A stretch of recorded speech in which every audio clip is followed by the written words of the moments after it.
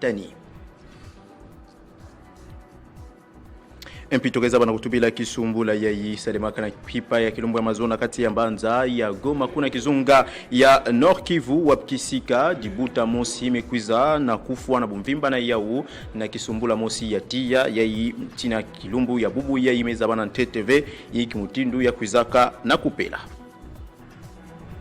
Na bantangu na nganda ya Ntoto Kongo Democratic muka na inti ya Burundi samuna kutubila kisumbula nkaka ya dia kasi yayi mekwiza na kusaima na kati ya Mbanza ya Bujumbura wapkisika plasi ya kulunda bisika pikivingi ya mekwiza na kuyokana. Yakele kese mingi samuna muna kutana benjaka na kukila kilumbu ya bubu ya samuna kupesa benu indabansa na ndinga ya Kikongo. Bikato zibula yau na nzeto lo ya mfumu ya Bwala Felix Antoine Tshisekedi Tshilombo yayi mekwiza na kunengmuka na ntoto ya inti ya Qatar kuna kati ya Mbanza ya Doha yandikwiza kana hukuma mutindo bena kuiza na kumwina yau na bifikula yandikwiza kuyambama na mutindo mefonakana pia yandikwiza kana kuvwanda na masolo na mfumu ya ntoto ya Qatar mbuta Sheikh Tamim Ben Ahmad Altani wabisika batu bilaka mutindo nguizani kina kuza kutatamana kuvwanda na kati ya ntoto Kongo Democratique na inti ya Qatar piba kuizaka na kukoma chonso kuza kuvingila na ina metala mambo bankindu na esti ya ntoto Kongo Democratique mutindo bemezi kuizaka na kuzabila ya ui Qatar ke vwandaka inti ya eke kuiza kukubika masolo na kati ya inti Kongo Democratique na dimvuka Bumbeni M23 samuna kusosa mutindo ya kuvutusa ndembama na esti ya ntoto Kongo Democratique mambo ya nyoso kuizaka na kutubama na mambo ya kuiza kusalima na kati ya Doha kuna inti ya Qatar na metalu kutakanu ya mfumu ya Bwala Felix Antoine Tshisekedi Tshilombo na ntwadisi ya inti ya Qatar mbuta Sheikh Tamim Ben Ahmad Altani ya nyoso kina kuiza na kumonisa mutindi ya Kongo Democratique na inti ya Qatar kina kuiza na kuvwanda tukutama na kuvwanda na nguizani ya mbote na kati ya bainti nyoso zole. To nengmuka na kizunga ya Nord Kivu samuna kutubila kisumbula ya tia kwizaka na kusalima na pipa ya kilumbu ya Mazono kuna na kati ya kisika mambo kila topi quartier ya Katoyi kuna kati ya Mbanza ya Goma mutini bena kwiza na kumoni na yao na bifikula ya vwanda kati ya mosi ya Ngolo kwizaka na kupela na inzo ya bantu ya Dibuta kwizaka na kuvwanda pi bantu mekwiza na kumoni seti muntu mosi veme kwiza na kuvuka na kisumbula ya tia mpi tia kuizaka na kulumwanga na bainzo ya nkaka imekuza na kusaliti mabuta mingi ya nkaka kuiza na kukondwa kisika ya kuleka mpamba ve tia yao imekuza na kuyoka bainzo na bauka sisamu na kisika ya tia kuizaka na kubanda na inzo ina bantu nyoso ya Dibuta ina imekuza na kufua kasi tina ntangu yayi kupela tia ya utopi diambu yina kuizaka na kusoseti tia kuiza na kupela mtindu ya Ngolo piku kuiza na kufua ambantu ya Dibuta nyonso ya inzo mosi mekuiza na kuzabana NTTV. Beto tubila lukutakano ya mambu ya ekonomi ya kuizaka na kuzibuka na kilumbu ya mazono au nambanza kimfumu Kinshasa ya kina kuiza na kusangisa bainti nyonso zole muza kutuba mambu ya nkaka kasibifikula mutimbi na kuiza na kumuna yau mekuiza na kulandaka na bantangu ya nkaka tutubila mbanza kimfumu Kinshasa banzutu ya bantu tatu ya mvimba kuizaka na kumoni kama na kisika ya mbokela Wileri tina kukwenda na kisika ya mbokela Kindu topi barabara Kindu ya kuizaka na kusalimiti bantu mosi ya ibameza bana TTV mutindo wa fuilaka batu tatu ya mvimba banzutu na bau mekuiza kumonika na kusika ya kuzenga bantuki ikuna na ndambu ya Wileri mpembeni na barabara ya Kindu kisaluki na kuiza na kulandakana samu na kuzaba banani ibakele pidiaka yiki mutindu batu tatu ya mvimba mekuiza na kuzaba na kufua.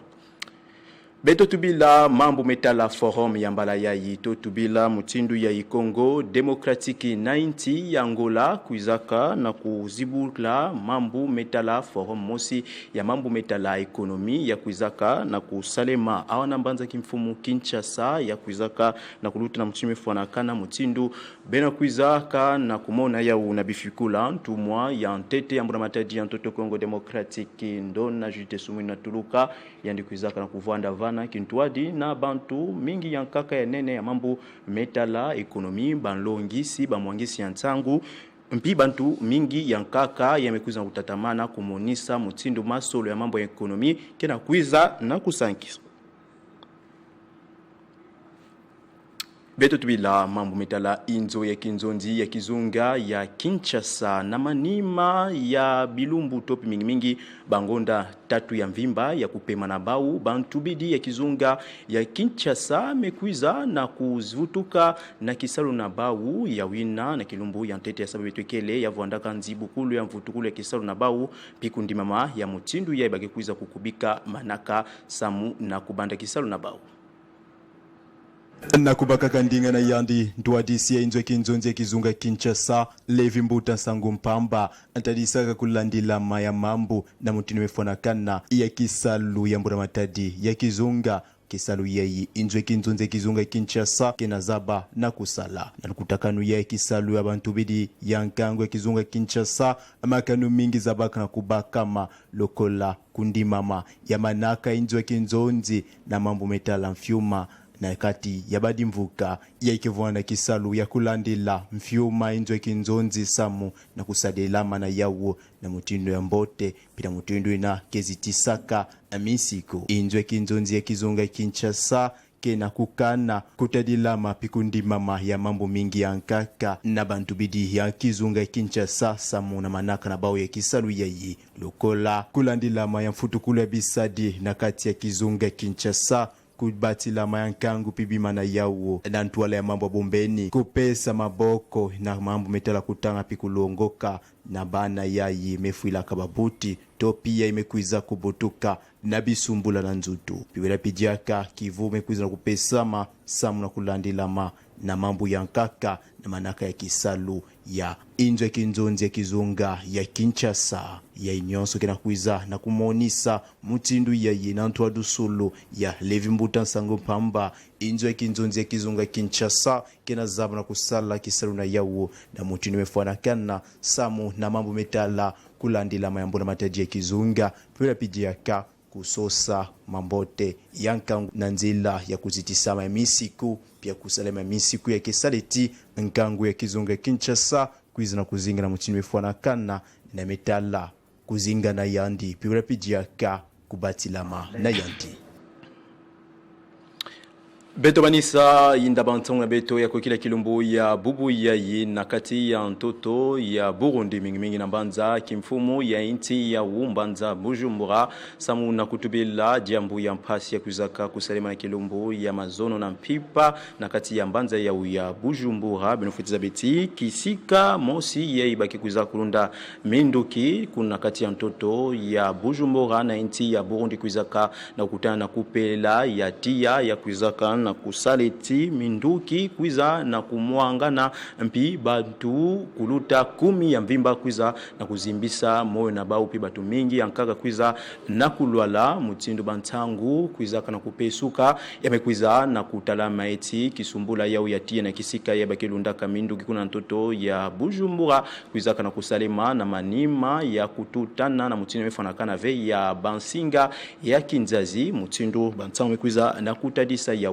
kasi mfumu ya inti ya Burundi Mbuta Evariste Ndayishimiye kuiza kubaka ndinga pi samu na kukitisa ntima ya nkangu kuna kutadisa keti mambo nyonso mikuma na maboko ya mbona mataji ya kina kuiza na kulandila mutindu ni ya kufuanakana samu na kuzaba mbote kana ya vuandaka diambu ya bumbeni nto pive kasi yani mekuiza na kutadisa eti mbona mataji ya bwala kina kuiza na kutala mambo nyonso uonga kuiza na kuvuanda ve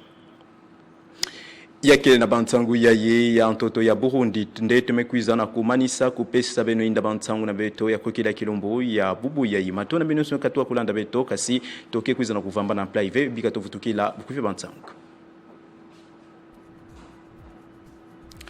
na inda bantangu na beto ya kokila kilombo ya bubu ya itomeza bana kutubila banki ndo na esti ntoto Kongo Democratic mingi kulanda kana masolo ya ndemba maya doa na mutindu ya mfumu ya bwala Felix Antoine Chilombo kuiza kana kuyamba na ntwadisi ya ntoto ya Kata Mbuta Sheikh Tamim Ben Ahmad Altani na kilombo ya bubu ya na ntoto ya doa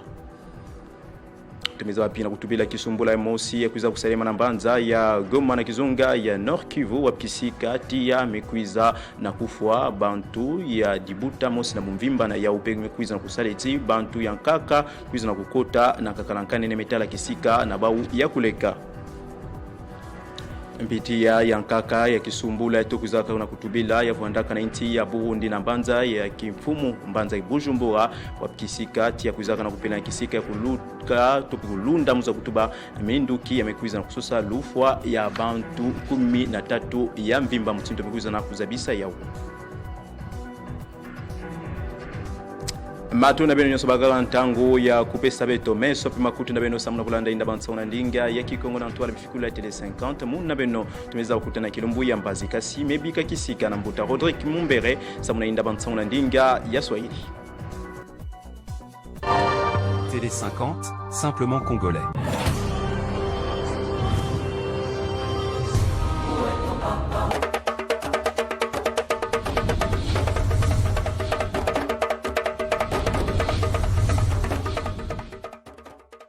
Alhamisi takatifu kwa Wakristo wote na waamini wote duniani. Karibu na matangazo yetu ni idhaa ya Kiswahili ya Tele 50. Hapa ni muhtasari wa habari.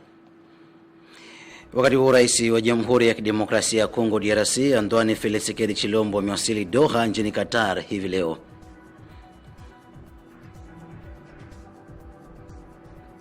Na kaya kadha zimeteketea kwa moto na wengine watu watatu wa familia moja wameripotiwa kufa baada ya moto kuwa na hasira kuunguza manyumba huko Goma. Na Burundi ni kwamba watu 13 wapoteza maisha na wengine 57 kujeruhiwa baada ya mlipuko uliotokea Bujumbura kulingana na viongozi wa Jamhuri ya Burundi. Na mnaifuatao ni taarifa kamili ya habari. Tuanzie Qatar ambapo mkuu wa nchi wa Jamhuri ya Kidemokrasia ya Kongo Antoine Felix Tshisekedi Tshilombo baada ya kushiriki katika hafla mbalimbali Kinshasa amejikita hivi leo pale Doha nchini Qatar. Kwa upande wa Jamhuri ya Kidemokrasia ya Kongo, miongoni mwa waliohusika katika mazungumzo ni pamoja na mwakilishi binafsi wa Rais wa Jamhuri ya Kidemokrasia ya Kongo Mambo Sita na mshauri wake maalum Jean-Claude Kabongo. Wakati wa mazungumzo waliangazia moja kwa moja maendeleo ya kanda na ya kimataifa kulingana na taarifa rasmi. Katika mazungumzo hayo, Rais wa Jamhuri ya Kidemokrasia ya Kongo Antoine Felix Tshisekedi Tshilombo alieleza kuwa nchi yake inaunga mkono Qatar kufuatia kile anachokiita kuwa ni mwendelezo wa mashambulizi ya Iran dhidi ya Qatar na mataifa mengine eneo hilo. Pia alisitiza msaada wake kwa hatua iliyochukuliwa na Doha ili kulinda uhuru wake, usalama wake na usalama wa raia wake. Emir alisifu msimamo huo wa Jamhuri ya Kidemokrasia ya Kongo na kumshukuru Rais Felix Antoine Tshisekedi Tshilombo kwa kuunga mkono, akisitiza kuimarishwa kwa ushirikiano kati ya nchi hizo mbili. Pande hizo zote mbili, habari zimesema, wathibitisha tena dhamira yao ya kuimarisha usalama na utulivu katika kanda hilo. Pia zilikagua ushirikiano wa pande hizo mbili na namna ya kuendeleza hasa katika sekta ya kiuchumi na uwekezaji katika mataifa hayo. Mkutano huu ulifanyika mbele ya viongozi kadhaa wa Qatar, ikiwemo kiongozi wa Diwan ya Emir Abdullah bin Mohammed Al Khulaifi pamoja na waziri wa serikali wa Qatar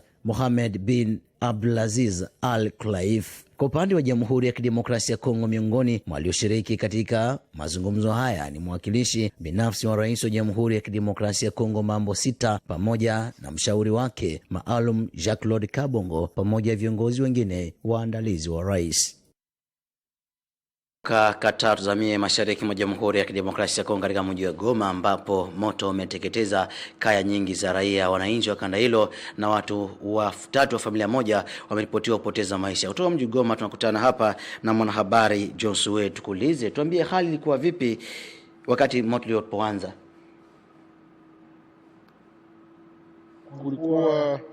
Kuna nyumba ambayo iliwaka moto jana ma 22h mu quartier Katoi ngambo ya Université Adventiste Goma, ambamo mna watu watatu ambao walipoteza maisha mwa hiyo usiku,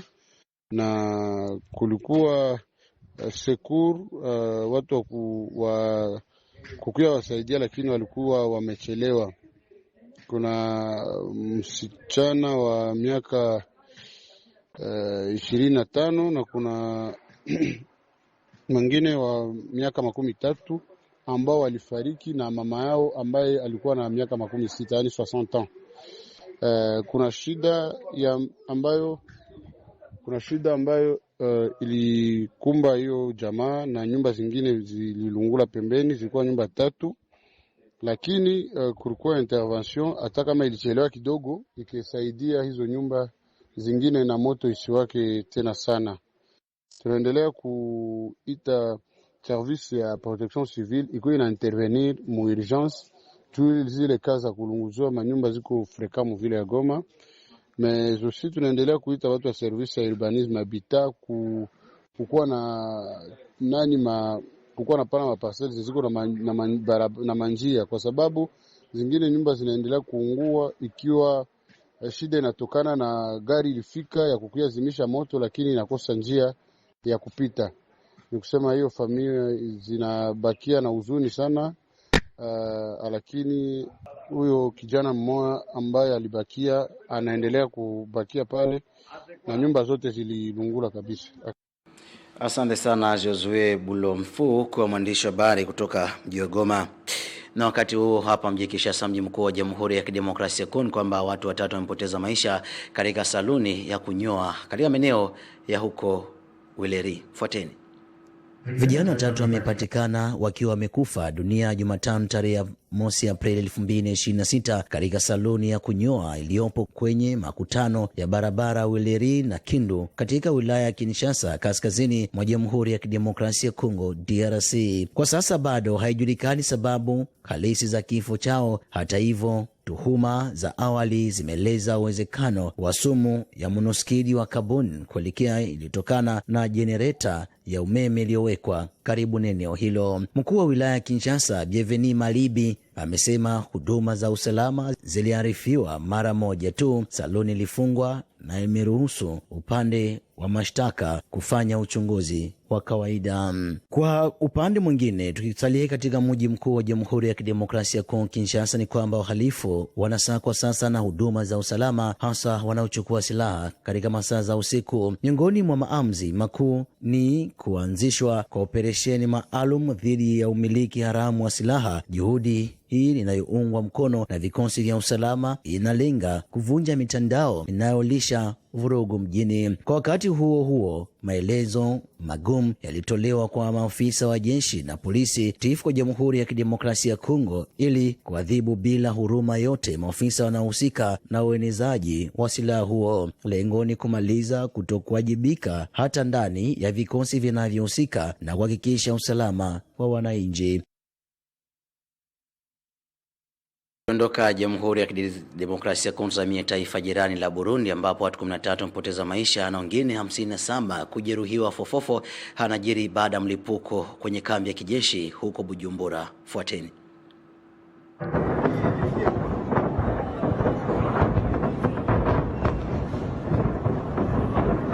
Mlipuko uliosababishwa na moto uliozuka katika kambi ya kijeshi ya Musanga imeua watu 13 na kujeruhi wengine 57, miongoni mwao wakiwa ni 3 wanajeshi, na pia umeharibu nyumba, magari pamoja na vifaa vya kijeshi nchini humo. Hayo yamesemwa Jumatano jioni na Gaspar Bartuza, msemaji wa jeshi la ulinzi la taifa la Burundi FDNM, wakati wa mkutano wa waandishi wa habari mjini Bujumbura tarehe mosi Aprili 2026. Alisema kuwa moto huu ulianzishwa katika ghala la risasi la brigedia ya kimikakati ya logistic iliyopo katika eneo la Musanga wilayani Mugere mkoani Bujumbura. Kwa upande wake, Rais wa Burundi Evariste Ndayishimiye alitoa pole za rambirambi kwa wahanga wa tukio hilo. Ndayishimiye alisema, na hapa namnukuu, ninaendelea tena kutoa pole kwa familia zilizoathiriwa na ajali iliyotokea kwenye kambi ya kijeshi katika eneo la Musanga na nawatakia majeruhi wapone haraka, alisema Rais wa Jamhuri Evariste Ndayishimiye katika taarifa iliyowekwa Jumatano kwenye akaunti yake ya X Twitter zamani. Aidha, alisifu moja iliyodhihirika kwa Burundi wote na kuhakikisha kuwa nchi bado ina uwezo wa kujilinda na kujitetea. Na hivyo ndio hali hivyo Burundi. Lakini Iran na Israeli vita vikiendelea, wakati huo Iran imevurumisha makombora katika jamhuri ya Kiyahudi ya Israel hivi leo, ikiwa wameanza kusherehekea tangu jana sikukuu ya Pasaka.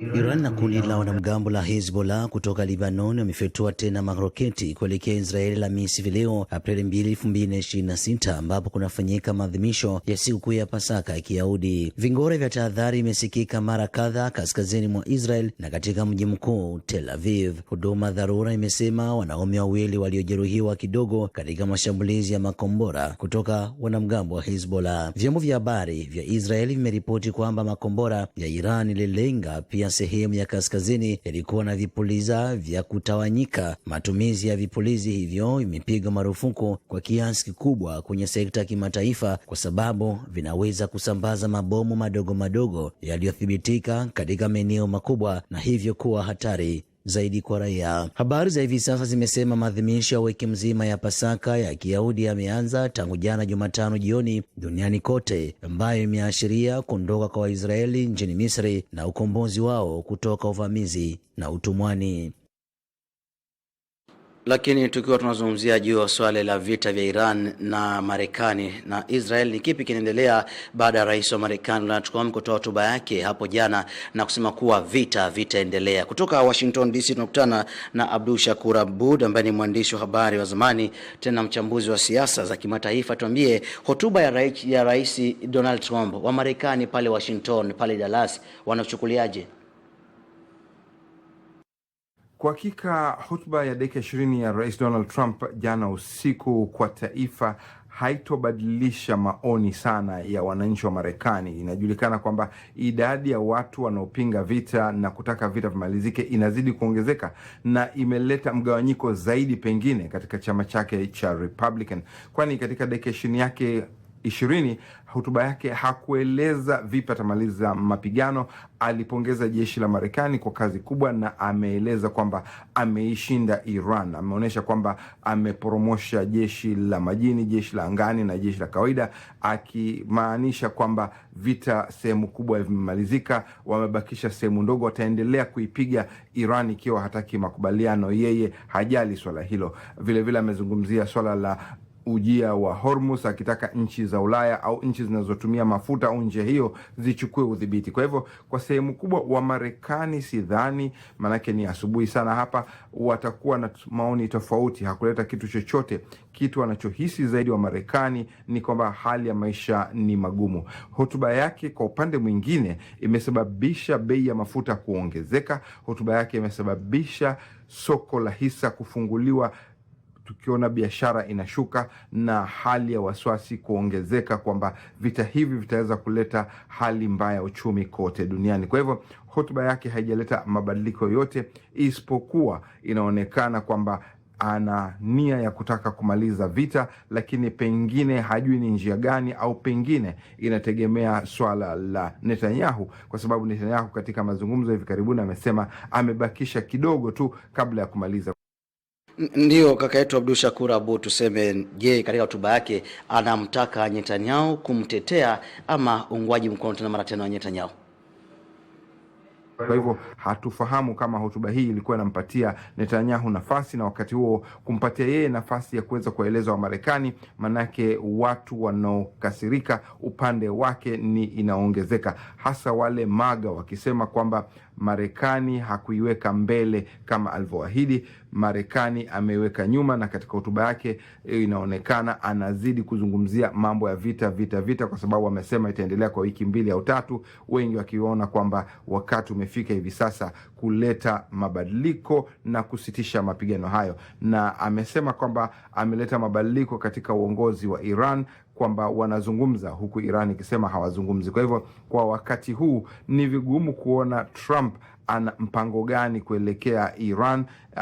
Hakuzungumzia sana masuala ya amani au mazungumzo ya amani yanayoendelea. Hakuzungumzia namna atakaomaliza vita hivyo. Kwa hivyo kwa ujumla hotuba yake tutasubiri mpaka mchana tuone italeta mabadiliko gani, lakini wachambuzi wengi wanachukulia kwamba huo ni mlango wa kueleza kwamba yuko tayari au yuko karibu na kumaliza vita dhidi ya Iran baada ya kupiga tena kwa ukali katika wiki chache zinazokuja.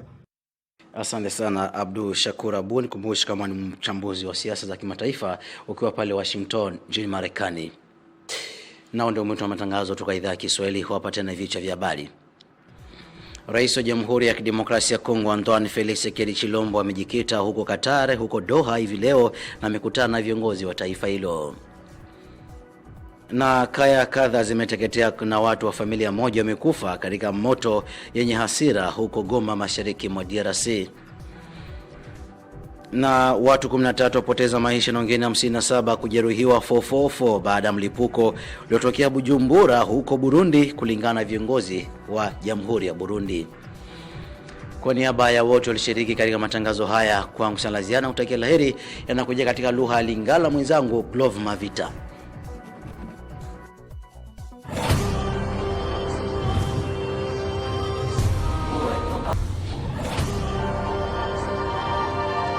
Télé 50, simplement congolais.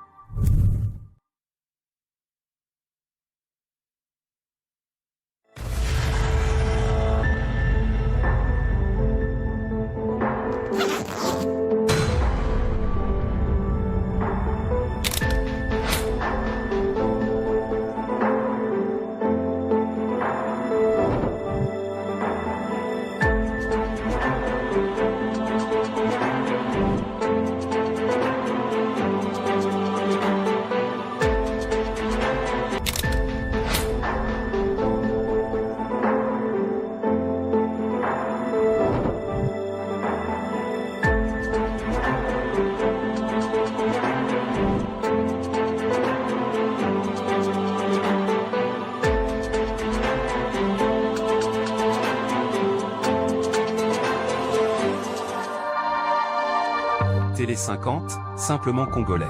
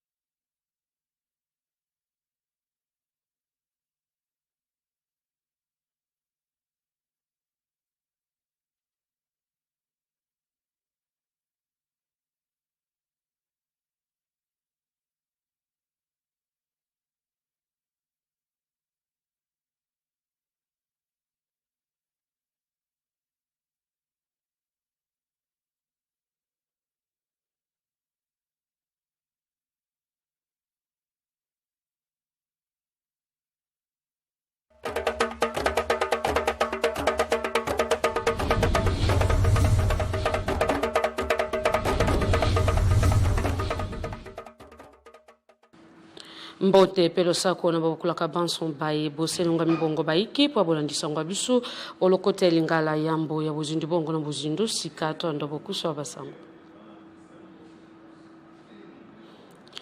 Likita ya mbongo musibongo kofunga momolelo po ya bolandil mambi matali bongo ntombwa bofulu kiboke liboso ya ekolo Kongo Demokratiki ya pepai bakambi bakolika bongo penza ko sombiti na makanisa mabango antoma ya mbojite tuluka sumino ako bunda puya ekolo Kongo Demokratiki na ngambo ya Angola boyoka nimole kabongo tama puya mambi matali bongo mbongo likita moepo ya mbala misato mfunga mbongo molelo awa oengumba makonzi Kinshasa.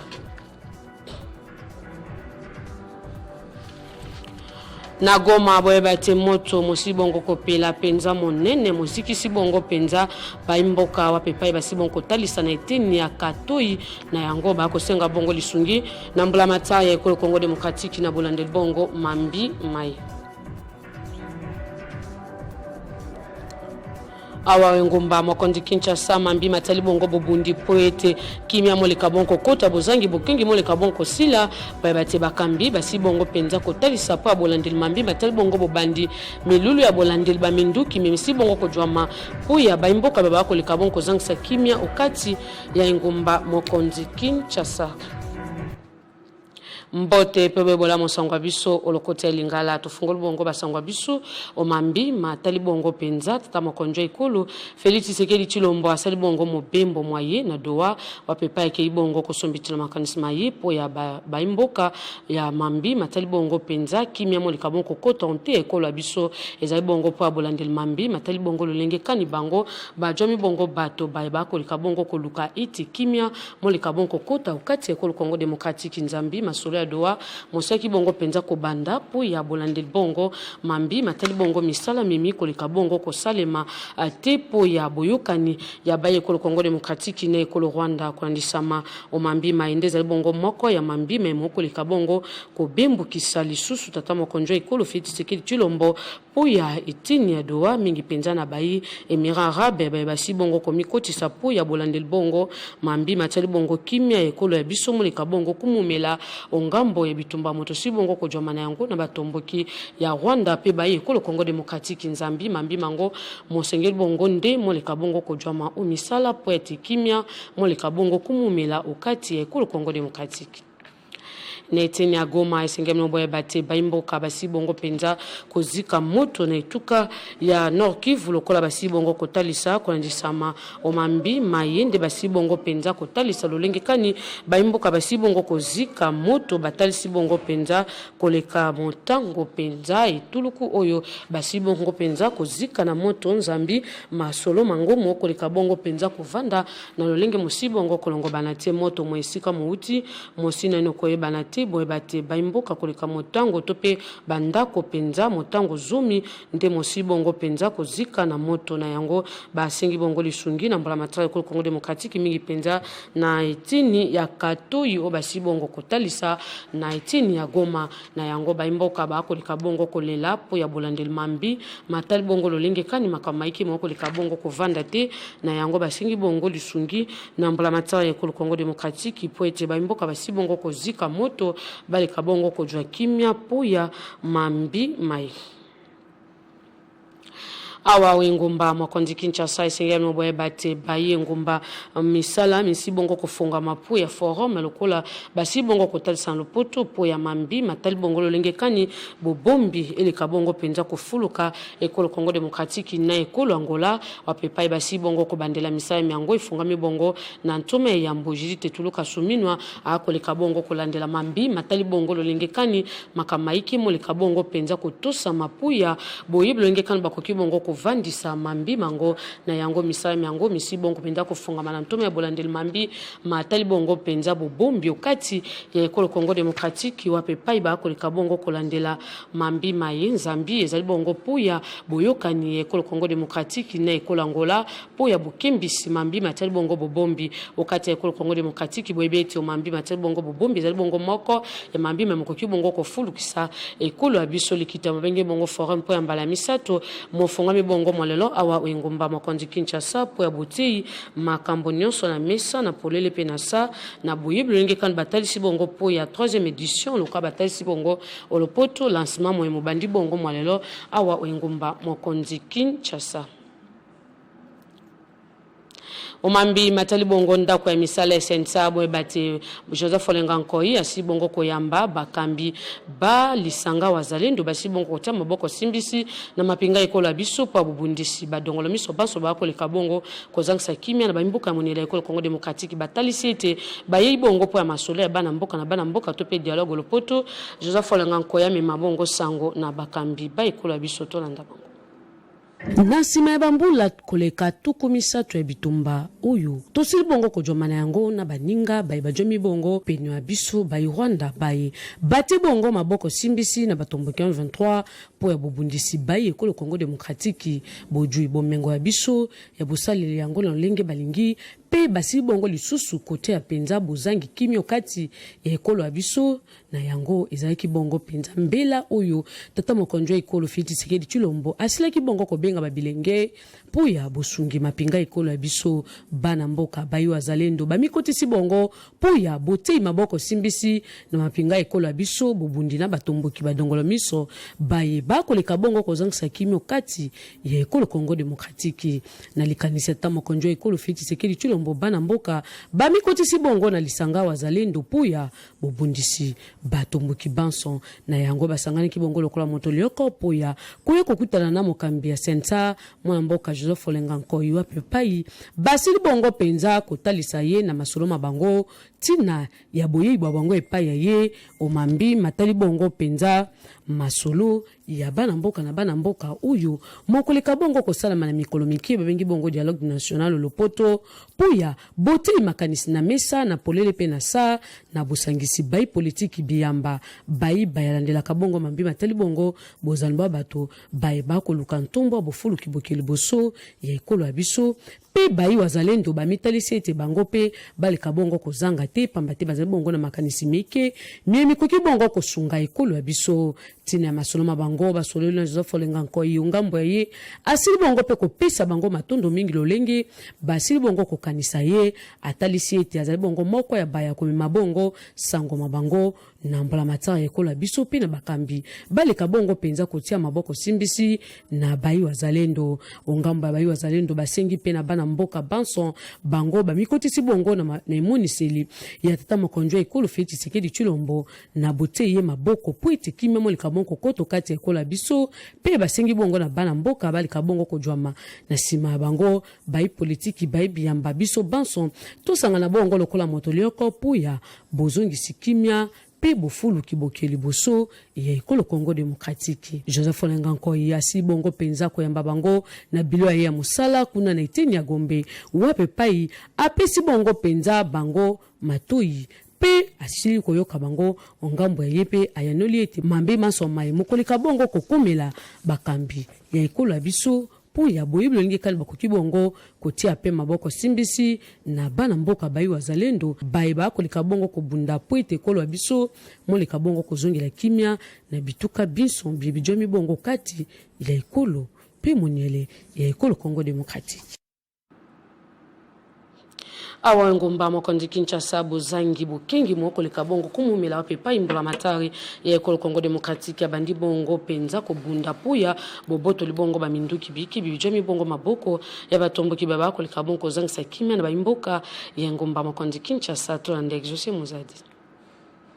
Mbula matari ya ekolo Congo ematina kingo mpona kosilisa mobulu mpe kanyaka oyo ekumi konyokola bapaya mpe bana mboka na kati ya bingumba na biso. Esengeli boyeba te na liebisi oyo ebimaki mokolo ya mibale na tuku misato na moko ya sanza ya misato mobukoto mibale na tuku mibale na motoba. Bakonzi basakoli bikateli ya makasi mpona kopekisa kopalangana ya minduki na ndenge ya mibeko te. Bosimba te zali elembo monene mpona kobundisa bato oyo bazali kosala makambo ya mabempe na lisalisi ya bato mosusu na mapinga oyo bazali kotika nzela na misala ya mabe. Likambo ya yambo oyo mbula matari ya zwi ezali bopanzami ya opération de contrôle ya ekolo mobimba pe kozongisa na maboko ya mibeko moto nyonso oyo azali na binduki to eloko ya mobulu na maboko na ye epai azali na ndengisa te. Pepo ya kosukisa likanisi ya bakonzi ezali pete kozongisa kimia mpe kobotola minduki nyonso oyo ezali kopalangana na ndenge ya mobulu. O mambi matali bongo lolenge mwalobi tusaki bongo vanda na bandako puya bolandeli mambi matali bongo ba bosepeli lolenge kani ba ilio pa basaki bongo kolonga ekipe ya Jamaïque boya bate baimboka ngambo ya batele meli basi bongo kotalisa ete mambi mongo si bongo penza kolongo banate to jomi bongo la mwana mboka prince penyo nzela singa mondele limbola baimboka banso ba kwanda biso bovandisi ya baimboka na bandako lolenge mbola matara talisaki bino ngambo ya baila muka sango si bongo ko yambango lolenge kani bana Congo banso batondi na sai ya komona ka lolenge nini équipe na biso ya Léopard et se qualifier pour la coupe du monde pour na mbala ya mibale na kotiaka mongete moko pe équipe ya Jamaïque ekoyaki makale kale oye ali victoire ya bana ya Congo bala ya Kasai bala ya Equateur bala ya Sanko bala ya Katanga ya Manyema ya Kivu il y a province orientale, il y a Congo central, il y a bande to ya Kisasa, il y a kati ya Congo to ya Libanda et ali victoire pour na bana ya Congo Bounce. Et ali victoire pour l'opposition, ali victoire pour na baba Kambekolo. Et ali victoire pour na babola et ali paye victoire pour na baye bazwa. Victoire pour na masumu kasi ali pe pour na bato baye binzambe. Pour na yango totondi nzambe pe tolobe te équipe esenge sikawa esa ba entraînement makasi po te ambala oyo tozonga na mondial na 0 victoire isusu te. Mais eloko to sepe na yango te to condamné et ali lolenge monsieur Félix Tshisekedi na ministre na ye ya travail bazui mokano ya ko déclarer to ko décréter journée chômé et payé. Wane komi récupération politique. Wane komi ba émotion. Batonga ka ekolo na émotion te. Batonga mboka na récupération politique ate. Équipe elongi pour tous ces cartes qualifiés pour la mondiale et aller kanisi malamu. Butu mobimba bana ya Congo balamuki na inere ba sepele bisika nyos. Biso ba etoye na mobembo ya politique libanda aboye. To moni olenge ni biso bounce to sepele olenge équipe na biso et gagner. Kasi boni oko tika ba travail na ndako oko yebisa bato de vendre libanda ba sepela na ndako. Il y a moyen ya ko sepela na victoire à Léopard tout en travaillant. Et longo bani bana ya Congo ba sepela ya solo pour y aller sengo ya fierté pour le kolo. Passe pas battre victoire ne tombe le kolo. Kasi tokoki ko sepela en même temps que toko sala mosala. Na mboka oyo pauvreté ya makasi. Na mboka oyo chômage ya makasi. Ba société et ali ko futa batuna avec 1000 difficultés.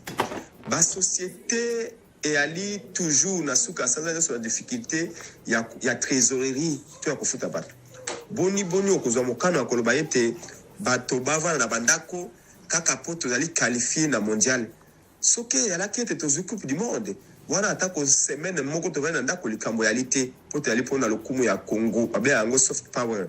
Mais oyo yali obe qualification. Boni IDPS na inyo sacré na mese Félix Tshisekedi pona kaka populisme ba récupérer likambo yango koma ya bango. Mboka presse penge sika po ya bino ngambo ya batelemeli nini oboki bongo kosenga po ya baimboka na bosepeli ekipe ya Léopard pe ko talisa omambi matali bongo lolingi bakambi baseki bongo kopesa ndinge sali. Bazui mokano ya koloba ete comme journée chômé payé. Comment yo lingi ba société e futa bato basali mosalate. Soki motonyo za sali mosala yebete na Congo na biso ezaka très difficile ya retenir entreprise. Économie ezali ya malamu te, finance ezali malamu te. Boni okoyebisa société za par exemple na 60 personnes ete bato na vana mandako société futa bango. Bunga futa bato ne ko uta wapi. Déjà ba journée férié etondi meke. Bato maele tout ba bifo ko supprimer ba journée férié mosusu. Boni ko bakisa susu pona ka ko mise pesa bino moko. Journée chômée et payée. La perte économique et financière est conséquente. Donc, les lots, même l'équipe nationale n'a pas besoin de faire un malam. Donc, comme on a été joueur, on a gagné match et on a pas cette qualification, on joueur va mettre à la poto. Joueur locaux basaté pour faire une réalité, il y a côté dans football. Ce qu'on a le stade de Martyrs et Longinango quand ça foule ya Kingasani. Ce qu'on a et l'équipe nationale, l'équipe club Nyoso ya Congo, presque Nyoso tout ekufa. Régime Tshisekedi ebomi football na Congo. Ministre ya sport a combien comme ministre ya Léopard à Pambesi et puis Léopard ya football. Abosani taekwondo, abosani jujutsu, abosani basketball, abosani handball, abosani cyclisme. Ba sport Nyoso tout ekufi na Congo. Kaka sport moko et combien gobeka ka Léopard ya football. Pour que baloko faranga kotia na sport réalité mais ce que économie peut bobomi yango na ba journée fériée payée pour financer sport ya Congo lengeni yango pona biso la moka décision moko émotionnelle. On ne gère pas le pays avec des émotions mais avec la raison. Tout le monde va comme kolobao le Léopard a gagné va changer constitution makamba lopa na constitution et ali wanate lopa et ali ndembo et ali lisano bana Congo basepeli et comme atel likambo ya IDPS tango ya Kabila et ala kisoki Léopard et gagné Chan to gagné match tango ya Kabila na IDPS na 10e mai bakoti matanga na kalezala kisoki Léopard a gagné match tango ya Kabila IDPS na akolela akomona lokola victoire neza victoire ya Kabila soki Léopard a gagné Chan a gagné Coupe d'Afrique IDPS baleli matanga ekoti pamba te bakomona ete ekozala gloire ya Kabila mais lelo opposition à lelo ya toali responsable tolingi kolo na biso to sepe olingi Léopard a gagné to encourager bango kasi tolingi te za la récupération politique pour bana Congo ba biko sa différence entre ndembo na politique. Matondo mingi Prince Penge Molobeli ya baili ngomba la muka wa pipa itujweke bongo nzela isinga mondele awe ngomba makondi Kinshasa talisi bongo mambi matali bongo bolongi ya ekipi ya Léopard na bayi Jamaïque na Mexique wa pipa bakwa kibongo makale kale po ya mambi matali bongo masano mandembo po ya bojwiki nye bikolo bya molongo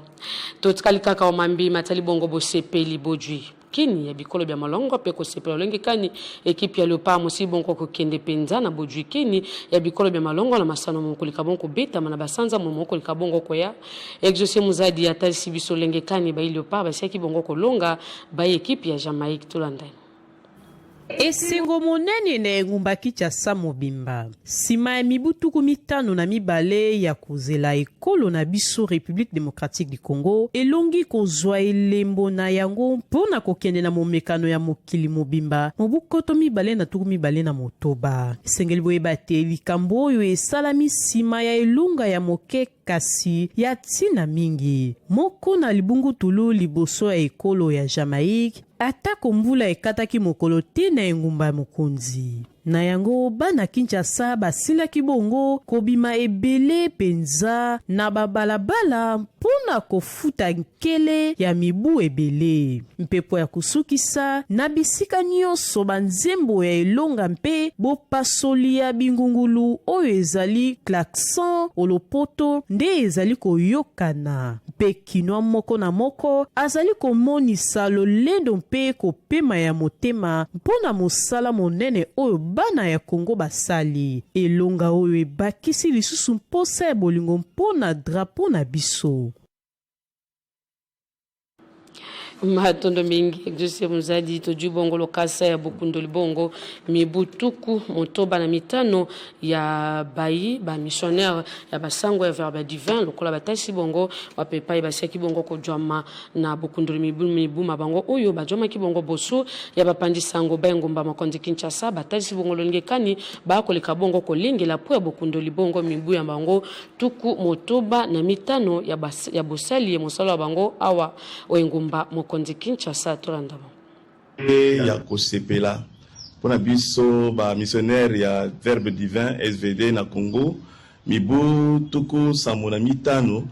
uto ebandela ya musama biso awa na République démocratique du Congo ezali bongo pona biso libako lilamu pona kotala wapi touti esika nini tokomi kote nini tozako kende na wapi tozako kende pe kosala ndenge nini. Donc jubilé ezali pe libakulu ilamu pona kotondo nzambe botonde pona mambi manso mambi malamo asali okati ya bomoy ba biso ba missionnaire ya verbe divin awa na Congo yango na pe to sengeli kokanisa kotala liboso engebele na maye to sala ki liboso te sika to komisiwa sika totala nini to sengeli kosala société du verbe divin to kosala musala mabiso okati ya ecclesia ya mboka mingi penza okati ya ecclesia na ba diocèse minei diocèse ya Kenge diocèse ya Kisasa diocèse ya Kikwiti na diocèse ya Kisantu ebongo tozali kokoba musala mabiso makosangelaka bato sangela mo ya libiki mpote bato bayeba Yesu Kristo baboya masumu babongola mitema balingana bango na bango ta musala toza kosala ebongo ezali pe awa toza kokundola mibu tuku kusambola mitano ezali pe libakulu la mondenge na lobaki liboso mpote totala tomituna lolenge kani tosalaki musala mona liboso ndenge nini tosengi kosala yango na mikolo mikoya. Yambo ya bosukusa songo sotolingi ya kiposanga bisolo kote lingala sika tobela bongo mambi matali bongo baili sanga fondation FFBN ikamba mi bongo la mambo ka Joel Bendelo lipusha bwe bati basukisa ki bongo sanza ya basi na bosepeli na bopisi bango maputa pe biloko biki misolo mimi ko ki bongo kosunga ba mama engumba makonzi Kinshasa tolanda asukisi sanza ya basi na ba mama engumba makonzi Kinshasa bayi basile ki bongo ko joma wana na ngundima mbela ya mokambi lisanga fondation FFBN Joel Bendele lipusha oyo asi bongo penza kolanda imuniseli ya mokambi wa ye Bendelo Nzumba Florence oyo azali bongo moko ya bakambi ya fondation FFBN oyo musili bongo penza ko joma na bokasi nyonso awa engumba makonzi Kinshasa. Joel Bendelo lipusha asangisa ki bongo ba mama nete lo Saint Vincent de Paul atalisi bongo makanisma ye peti na moye asili bongo ko joma po abosangisi ba mama atalisi ete mama to pe mwasi azali bongo moto moye azali bongo na kilo na makoki ya kusala makamo maike na komizongisa simate komipesa penza kilo wana nde azali bongo moko ya maloba misi bongo kobima omonoko ya Joel lipusha Bendele asili bongo penza kotalisa yenga moye musi bongo koleka mwatuku mibale na dibwa ya sanza ya misato ya mobukoto mibale na tumbele motoba uyu nesika ya Saint Vincent de Paul mojoki bongo esika ya boyambi bango onyati moninga koyoka te pe bitumba mosi bongo kobimate bango banso na esengo na loyembo na se ambula batali kutumbula te kasi basi bongo kotala bolingo moye basi bongo kojoma na yango na mwana ya mabele ya bango bayambi Joel Bendele lupusha na lolenge molongo bani na mopesi ye mokakoswa aleka bongo sala mosala na lolenge molongo bani akende liboso ongambo ya yepe Joel Bendele lupusha dena zili puta ona olata ona esengo nzamba batela ye abakisa o ezangi kata ye kwake liboso biso pe to sepela ye ba sepela mwana biso mobala bya sepelisa biso okwaka wa mami ko apia biso mo elamba mo eloko ngo to ye poto sepelisa za mo ala biso atalisi bongo la ba mama banson na lolenge asili bongo penza kujoma wana mwana ilaka fou de la promesse asili bongo kolaka ba mama na ye na botalisi ete baleka bongo kotia maboko simbisi na tata mokonjo ekolo Félix Tshisekedi Tshilombo pe na ntoma Dudu Famba Likonde Libotai baleka bongo penza kotia ye maboko boye bate atalisi bongo la ba mama ete bango banson baleka bongo kujoma na sima tata mokonjo ekolo Félix Tshisekedi Tshilombo po ya bufulu kintumba bokeli ekolo abiso atambola ki bongo na maputa koleka motango nkoto motoba oyo asili bongo kokabela ba mama pe kopesa bango mo misolo miki mikoki bongo kosunga bango ba mama ba bapusa na bongo na mibu sambo baseki bongo kojoma maputa na maboko ya ye moko po ya buki mbilinga pe misolo miki mikoki bongo kosunga bango ongamba ba mama batalisi bolingo basi bongo kojoma na yango na mwana mabango bapesi mokakoswa akende bongo liboso veter ongambo ya yepe mwamboka Joel Bendele lipusha azama ki bongo maloba te atalisi bongo tina ya mokolo moye veter moye dona kondima ngolo kwa mokisu na mbulu za lipamboli na ye mokonzi na nkombo ye nani Dudu Famba Likonde Libotai tosunga mokonzi mboka na losambo tosunga ministre ya finance na losambo kende liboso pour ka munyoto sa mwana bongo ezali nyona moso sango ende kabol bongo mais maso tolingile ki posongo bisu olokote lingala be bansombo joki biso nzela sika bwanda bokuswa basango efungwami bongo mwalelo likitapo ya mbale ya misato ya bobombi lisangisi bongo ekolo Congo Démocratique na ekolo Angola po boyibu lenge kan bofulu kintombwa bokeli boso ekolo abisombo la matara ekolo Congo Démocratique joma ki bongo na jite tuluka sumino ape bantumo basusu baye ba kolandela bongo mambi mai na iteni ya Goma na etuka na Kivu na quartier Katoi wape pai baimbuka basi bongo ko wabiloko bongo baby pe bandako biloko bike BBC bongo ko talisa mana mbula matawa etuka me basingi bongo lisungi na mbula matawa ya Congo Démocratique na moto monene mosili bongo ko zikisa babiloko pe mubomi bongo baimboka mbola matari ya ekolo Congo Démocratique ya talisi bongo na lokasa moko ete bakolika bongo kobunda po ya mambi matali bongo penza bolandeli baminduki pe biloko biki ya mapingamo musi bongo kojama na baimboka bakolika bongo zangisa baimboka kimia okati ya nguma makonzi Kinshasa mbela mu musingili bongo efongola bongo baye ngumba ikondi Kinshasa matoi pambate na bokangi bango bakolika bongo sala mbano uyu musi bongo koloba na bakambi ba mbola matari